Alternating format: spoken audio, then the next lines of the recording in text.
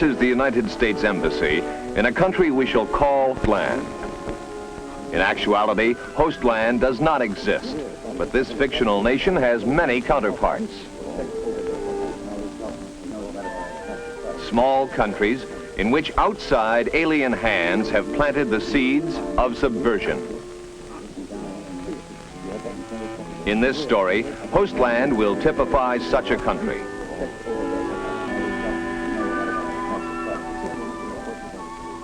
A nation seeking its own independent path to progress, but stalled in its forward march by a subversive force that grows more malignant with each passing day. Gentlemen, the pattern here is familiar. Mr. Jocko, what is your government doing about this? As you know, we have had some success in counteracting their efforts, but never quite enough. At best, we have achieved containment, stalemate. Now, with the sudden intensification of subversive activity, and the outbreak of violence in the eastern province, my government is firmly convinced that a full-scale internal defense operation is the only answer to the problem. That is why we have once again come to the United States for help. As to our specific needs, you will find them outlined in the official requests which we have submitted for your attention. Of course, we've been aware of your problem and the step-up of subversive activity. We have planned for this type of emergency, prepared in advance, and continually updated. So I've been informed by your military attaché, Colonel Adams here. You have men who specialize in internal defense operations, familiar with the situation we're facing. Then you are specifically requesting? That you assist us in ending our current training programs. We've got to set up and staff new training centers for officers and NCOs, and we must move quickly. With your government's help, we should be able to accomplish our objectives in much less time. And time will be a critical factor. I feel confident that my government will give you every assistance along those lines. In fact, we should be able to have additional advisors on the way here in a matter of just a few days. Other specifics?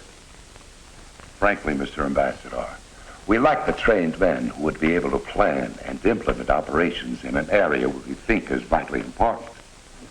Because of this, we are also requesting that your team of advisors include a senior officer who is thoroughly experienced in psychological operations. Very well, sir.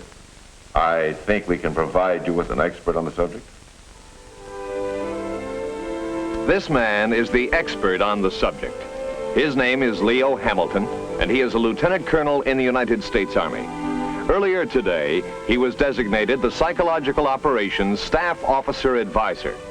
Soon, with the other officers on the advisory team, he will be flying to Hostland.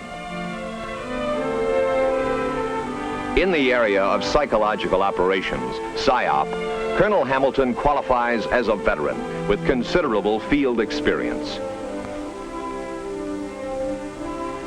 Now he is building on that knowledge, supplementing it with specifics concerning Hostland, its geography, its economy, its governmental structure. Above all, he is concerned with its people, their way of life, their religion, their culture, their sense of national identity, or lack of it. He must know the people of Hostland, for their minds will be his primary objective. As promised by the ambassador, a team of American military advisors arrives in Hostland just a few days after that country's official request for assistance. Their initial destination is the United States Embassy, and they are met by a representative of the military attaché. Like the others on the team, Colonel Hamilton has come to his assignment well prepared, but he still faces many hours of additional study and research before he can begin to initiate a PSYOP program. At the embassy, he meets with the local United States Information Service representative for a briefing on all programs that may be already underway in Hostland. He reviews the psychological objectives the United States hopes to achieve in Hostland, objectives based on official U.S. foreign policy. He confers with the chief of the United States Agency for International Development. This knowledge is of vital significance, for his efforts must harmonize all other American activities within Hostland. His next stop is a Hostland Army post. He meets Lieutenant Colonel Matrak, who will be his counterpart, the man with whom he will work in very close conjunction while he serves in Hostland. With his counterpart, he reviews all available sources of information that will help him determine the attitudes of the population. How do they feel about their country, their government, and how do these feelings vary from locale to locale?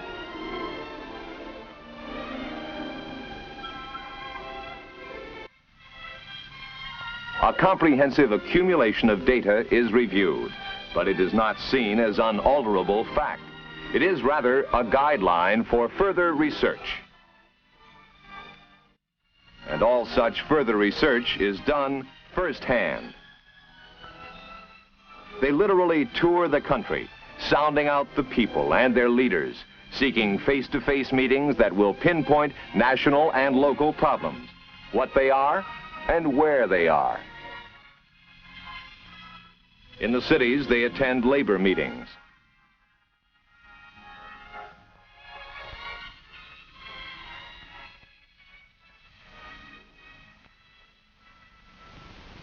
Through interaction with such groups, their understanding of local issues is enhanced.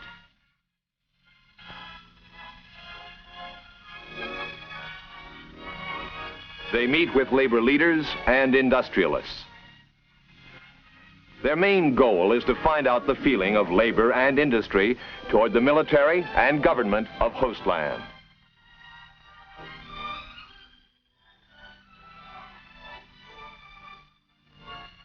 In many cases, the feeling of the people toward the military establishment is similar to that shown toward the existing government.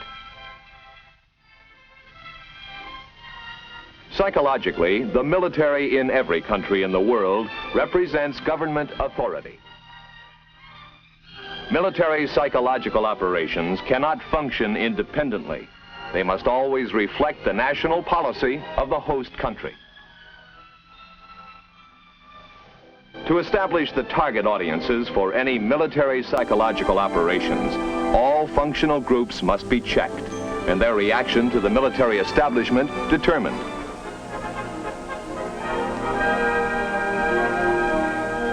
Teachers,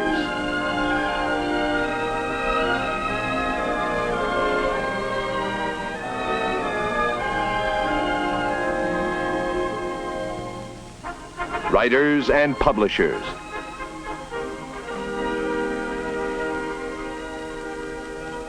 farmers,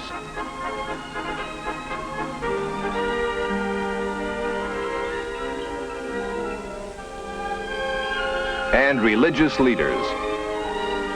Each will have a perspective that is peculiar to his own particular group. Problems, real or imagined, will come to the fore. This face-to-face, eye-to-eye confrontation with the population provides the PSYOP officer with a tool that is essential to his job. Insight, a look into the minds of a people, a working knowledge of their individual and group needs, attitudes, and ambitions. As with most countries that find themselves in the midst of a communist-inspired insurgency, Hostland has a population with a doubtful sense of national unity.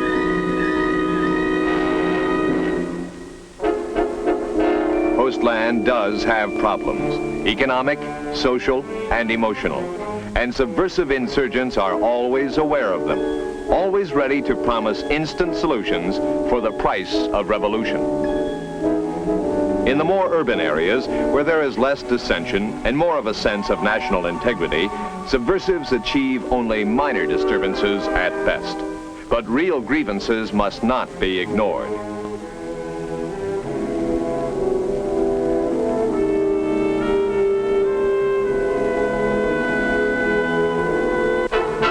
In the rural areas of Hostland, where government supervision and control is only a wispy thread, the subversive makes stronger headway. Here he is free to promote his objectives. Here he can recruit and frequently obtain the direct support of the civilian population. The potential recruit is carefully selected. Perhaps some injustice, real or imagined, drives him where he reluctantly goes, to the side of the subversives.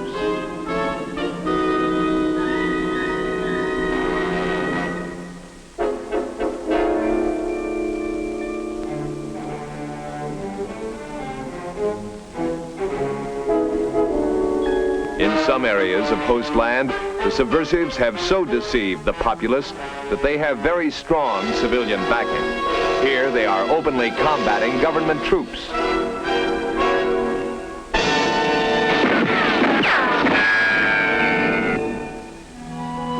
Initial analysis indicates that the target audiences can be broken down into three basic groups: the subversives, the government supporters, and then the big group in the middle, the uncommitted civilians. Any PSYOP effort will have to encompass all three groups. Having mentally worked out, altered, rejected, and then finally accepted plans for the military psychological operations program, they now prepare to put them on paper as a formal proposal.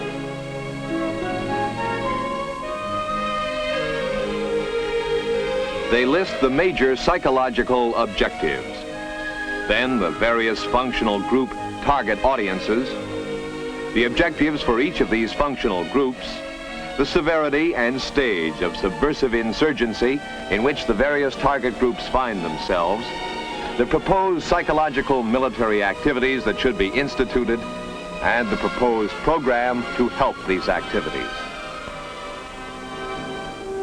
After securing recommendations and the necessary approvals from his own people, and making sure that the military psychological operations plan fits in with the USIS country plan already in effect, the plan is checked with the government of Hostland.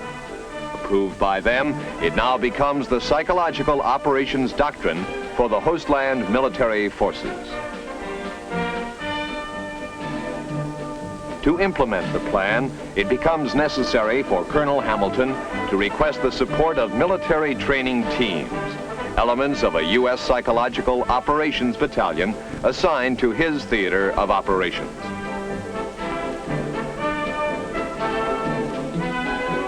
Among the support elements needed are the light mobile printing team with its printing and editorial shelters.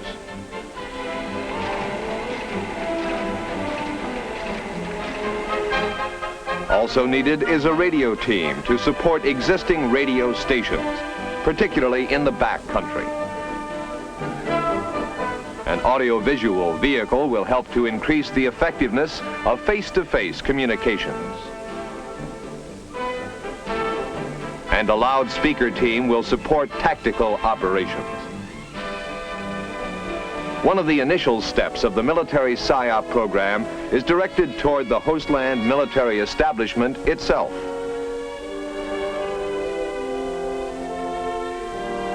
Since the military represents the government to the populace, their actions and attitudes can do much to create a favorable image of that government in the minds of the people. Hostland soldiers are provided with rules of conduct toward civilians and impressed with the importance of observing them. A soldier's attitude goes a long way toward implementing an effective military PSYOP program. Another portion of the PSYOP program, primarily directed toward the civilian population, is concerned with developing national unity. Once the people start to consider themselves as a national group, acceptance of their government tends to increase, thus making penetration by subversives much more difficult.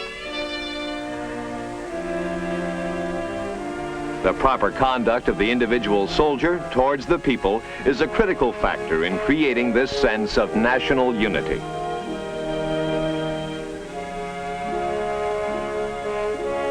Touring groups of performers are used to attract attention. They are particularly effective in remote areas.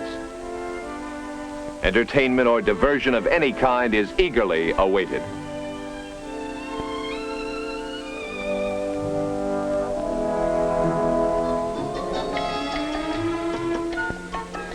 Entertainment teams like this one attract crowds of people wherever they appear.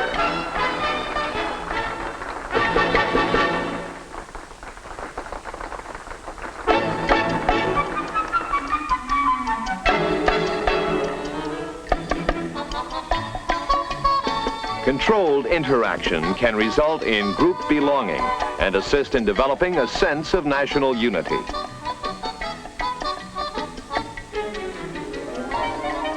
A continuing effort is made to link the PSYOP program with progress to help the people help themselves. This makes them see the military and the government as positive images, benevolent symbols, signifying steps toward a better life. The sense of success, the satisfaction of a job finished, these are of major importance. Direct response to community needs is vital. Projects which would be meaningless in terms of local needs should be avoided. For psychological purposes, one finished well is worth far more than an unfinished dam. Throughout these efforts, the PSYOP program keeps the people informed. They are told what is being done.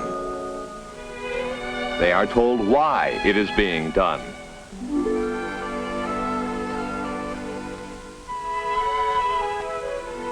And they are told how it will benefit them.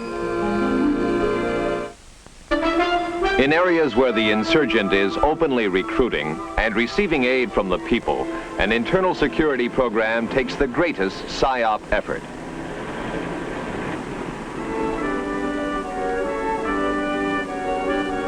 Here the objectives are to sever the link between the insurgent and the civilian population, to detect and neutralize subversive apparatus, and to provide a secure environment.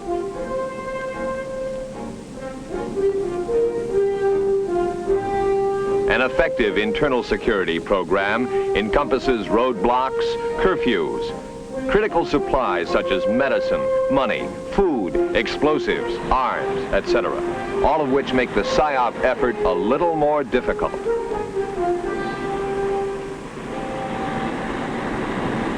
Where restrictions are imposed, the people should be made to realize the necessity for them.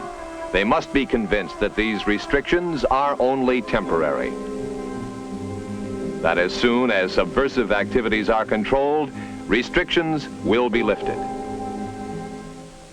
Many problems are encountered during the implementation of this type of program.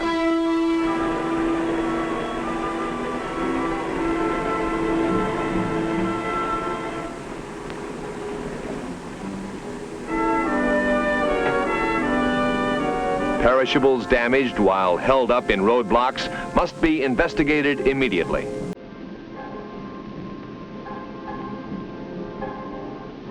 Curfews can alienate shopkeepers and theater and restaurant owners unless implementation of such measures is planned and announced well in advance. Curfews may also alienate the younger people who use the evening for youth activities.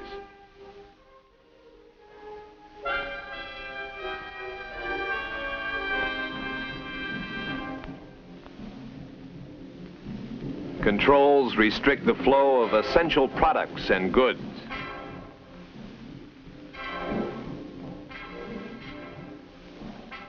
Psychologically, the people must be convinced that if it were not for the insurgents, these restrictions would not be necessary, and that when insurgent activities cease, restrictions will be removed. In areas of the country where government troops are battling the subversives, the psychological effort is of a different nature.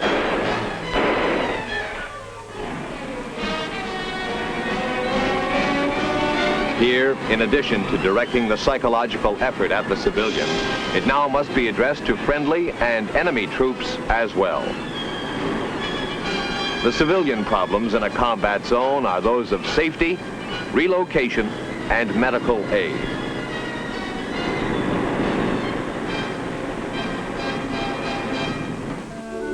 The PSYOP program supports the effort to get the civilians out of the way of the fighting. If property has been damaged in the fighting, prompt repairs and payment is the prime goal.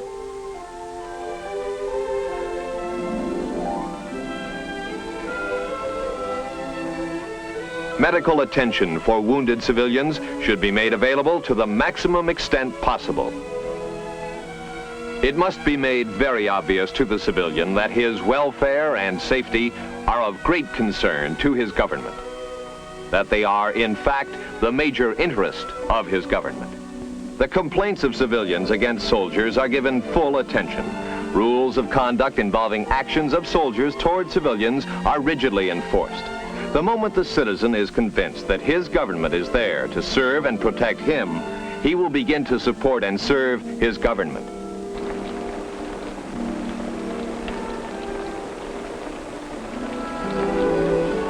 The PSYOP effort directed at the guerrilla has one objective: to demoralize him and to motivate him to defect.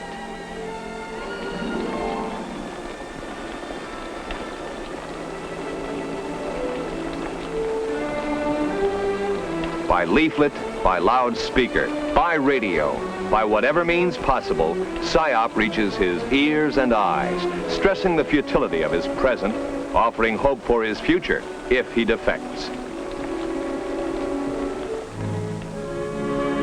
With the PSYOP program underway, it becomes necessary to evaluate its effectiveness.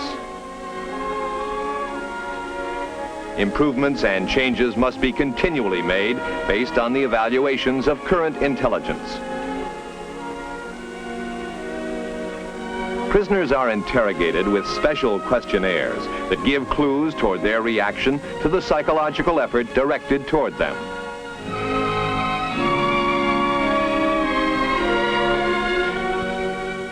Regular tours of the country afford PSYOP officers a means of direct evaluation. Interception and analysis of enemy messages and radio and TV broadcasts provides another useful measure of the effectiveness of the PSYOP program. Feedback information from the field is used as a basis for continual changes.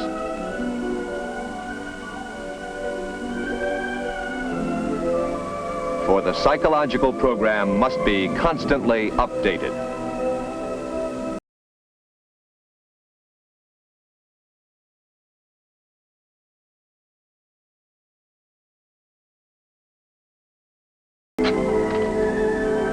As the people are affected by the program, so the program is affected by their changes in attitudes. A successful PSYOP program will make them perceive things from the desired viewpoint. You are looking at the most important man in the world. In America, he is called John Doe. Other countries have other names for him. He is the man without a face. Every man, the average citizen. The man who totals 1 billion when added to all his counterparts all over the world. In the final analysis, he will decide the future of the world. Because his importance is clearly recognized by forces that seek world domination, his mind has become a target.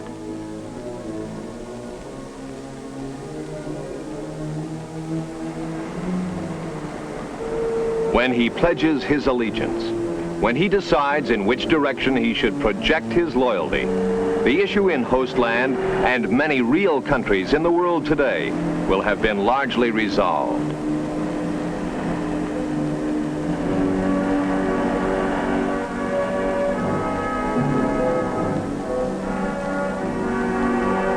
inevitably, the moment of decision will come. And at such moments, what thoughts will pass through his mind? What images will he see? What factors will push him in one direction or another?